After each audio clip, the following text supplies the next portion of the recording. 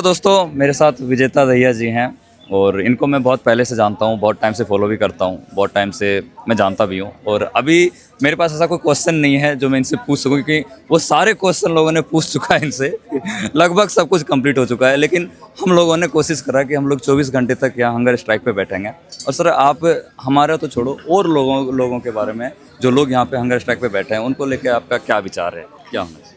नहीं, बहुत अच्छा लगता है यार कि सारे के सारे लोग, ये लोग जो एक दूसरे को जानते नहीं हैं, ये सब लोग यहाँ पर हैं एक कॉज के लिए हैं। तो अगर देशभक्ति कहीं पे दिख रही है तो सबसे ज़्यादा यहीं पे दिख रही है। और एक जिसे हम कहते हैं इगैलिटेरियनिज्म, जहाँ पे कोई ऊपर नहीं है, कोई नीचे नहीं है ना, कोई भी धर्म, जाति, भाषा कुछ भी हो, सब लोग बराबर हैं। तो वो इगैलिटेरियन कल्चर हमें यहाँ पे दिख रहा है, बराबरी यहाँ पे दिख रही है, देशभक्ति यहाँ पे दिख रही है। एंड विजेता भैया, हम लोग पहले कंटेंट क्रिएटर ही थे, बाद में आप सीजेपी के स्पोक्स पर्सन बने, और पहले हम लोग एक दूसरे को जानते हैं। अभी जो हम लोगों ने 24 आवर का ये हंगर स्ट्राइक करा, क्या लगता है इससे सोसाइटी के लोगों को या फिर जो यूथ है उन पे कोई इम्पैक्ट पड़ेगा, कुछ इससे बदलाव आ सकता है? हाँ, कोशिश तो देखिए यही होती है कि जब हम भूख हड़ताल करते हैं, अनशन करते हैं, तो इसका मतलब ही ये होता है कि हम किसी सत्य का आग्रह कर रहे हैं कि जो लोग, जो हुक्मरान हैं, वो अपने सत्ता के नशे में चूर हैं, या इवन वे लोग जो घर पे बैठ के बस तमाशबीन बने रहते हैं, तो कि वो देखें कि कोई 24-24 घंटे तक भूखा है, कोई 72 घंटे तक, कोई 8 दिन से, तो क्यों भूखा है, थोड़ी उनकी नज़र जाए इस पर। एक दो रिपीटेड क्वेश्चन मैं आपसे करना चाहता हूँ कि जैसे यहाँ पे लोग प्रोटेस्ट कर रहे हैं, 14-15 दिनों से प्रोटेस्ट चल रहा है, इसके बाद क्या लगता है इसका कुछ सॉल्यूशन निकलेगा, या फिर अगर सॉल्यूशन नहीं निकलता है तो क्या इसे हम दूसरे तरीके से इस प्रोटेस्ट को आगे बढ़ाएंगे? नहीं, मैं तो हमेशा से कहता रहा हूँ कि हमें जो भी हम करें, हमें निष्काम भाव से कर्म करना चाहिए।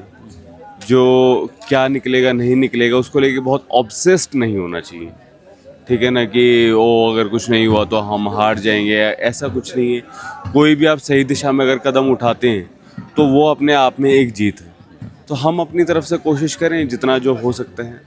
एंड ये अगर जो सीजेपी पार्टी बनी, ये बेसिकली कोई प्राउड की बात नहीं है, क्योंकि कॉकरोच उन लोगों को बोला गया है जो कि युवा है, जिन्होंने कि इस देश के लिए बहुत अपना योगदान दिया और योगदान देना चाहता है, जो बेरोजगारी से जूझ रहा है, जो कि क्वेश्चन करता है गवर्नमेंट से, उनको कॉकरोच बोला है। कॉकरोच एक बहुत, एक तरफ से समझ लो आप कीड़े मकोड़े से उनको संबोधित कर रहे हो। तो कॉकरोच का क्या वो है कि आगे फ्यूचर में अगर पार्टी रहती है तो ये पार्टी नेशनल पार्टी बनेगी या इलेक्शन लड़ेगी, इस टाइप का कोई चीज़ें?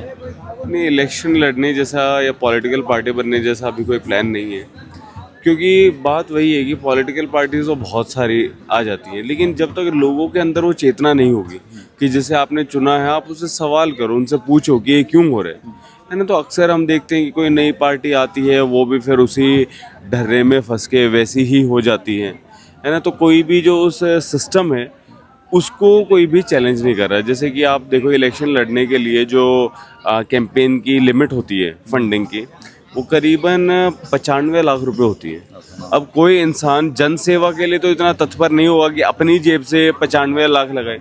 कहीं ना कहीं उनके दिमाग में यही है कि यार चलो बाद में हमें कमाना है ना। कई देशों में आप देखोगे कैंपेनिंग पे ही रोक लगा दी गई है और बहुत ही लिमिटेड तरीके से होता है। तो ऐसी ऐसी बहुत सारी चीज़ें हैं, है ना। अब आरटीआई को जिस तरीके से डाइल्यूट किया जा रहा है, तो कहीं ना कहीं उस सिस्टम को और लोगों की जो जन चेतना है, लोकतांत्रिक चेतना है, उसको स्ट्रेंथन करने की अभी ज़्यादा ज़रूरत है।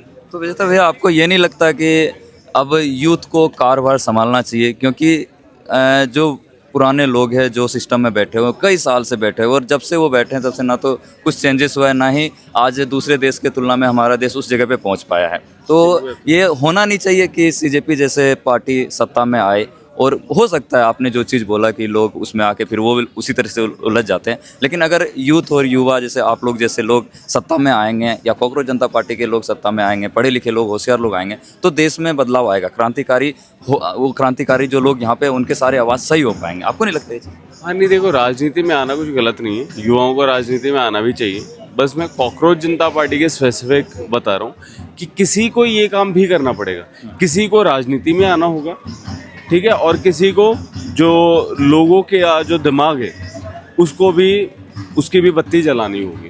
तो दोनों ही तरह के काम ज़रूरी हैं कि राजनीतिक व्यवस्था उसमें भी परिवर्तन और सामाजिक जागरण दोनों की ही ज़रूरत है। बेसिकली अभी कॉकरोच जनता पार्टी लोगों को जगाने का काम करेगी और लोगों के हक के लिए लड़ाई लड़ेगी। एग्जैक्टली क्योंकि अगर सारे के सारे लोग खड़े हो गए तो फिर चाहे सत्ता में कोई भी पार्टी हो उसको काम करना ही पड़ेगा, क्योंकि लोग पूछने लगेंगे कि काम क्यों नहीं कर रहे। तो वही बात है कि शेर को अगर खून मुंह लग जाए तो वो घास नहीं खाते हैं। तो वही बात है, अगर सब लोग सत्ता में बैठ जाएंगे तो फिर देश के लिए आवाज़ कौन उठाएगा, लड़ाई कौन लड़ेगा। तो फिलहाल कॉकरोच जनता पार्टी लोग के हक के लिए लड़ाई लड़ेंगे और लड़ रहे हैं, हम लोग साथ खड़े हैं। और लास्ट मैसेज सर आप कुछ देना चाहो लोगों को? लास्ट मैसेज यही है कि यार आप जीवन में खुश रहो।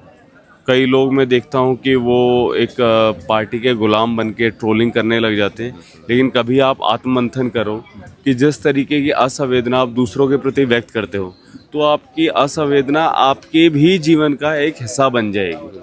आप ये मत सोचो कि आपका जो पर्सनल जीवन है वो उससे अछूता रह जाएगा, नहीं। तो इसलिए get a life, be a good person, थोड़ा बहुत देश का सोचो, आवाज़ उठाओ, मज़ा आएगा इस चीज़ में। बिल्कुल बिल्कुल, एक बार ठीक है सर, आप हमारे से मिले, हमारे से बातचीत करा और हम लोग साथ में मिलके काम कर रहे थे बहुत टाइम से। एंड आप लोगों ने देखा और सर लगातार कोशिश कर रहे हैं कि देश में चीज़ों को बदले, सिस्टम से क्वेश्चन करे और हमें जगाए, हमें मुर्दों की तरह ना जीने दे। ठीक है, मिलते हैं फिर आपसे हम नई वीडियो।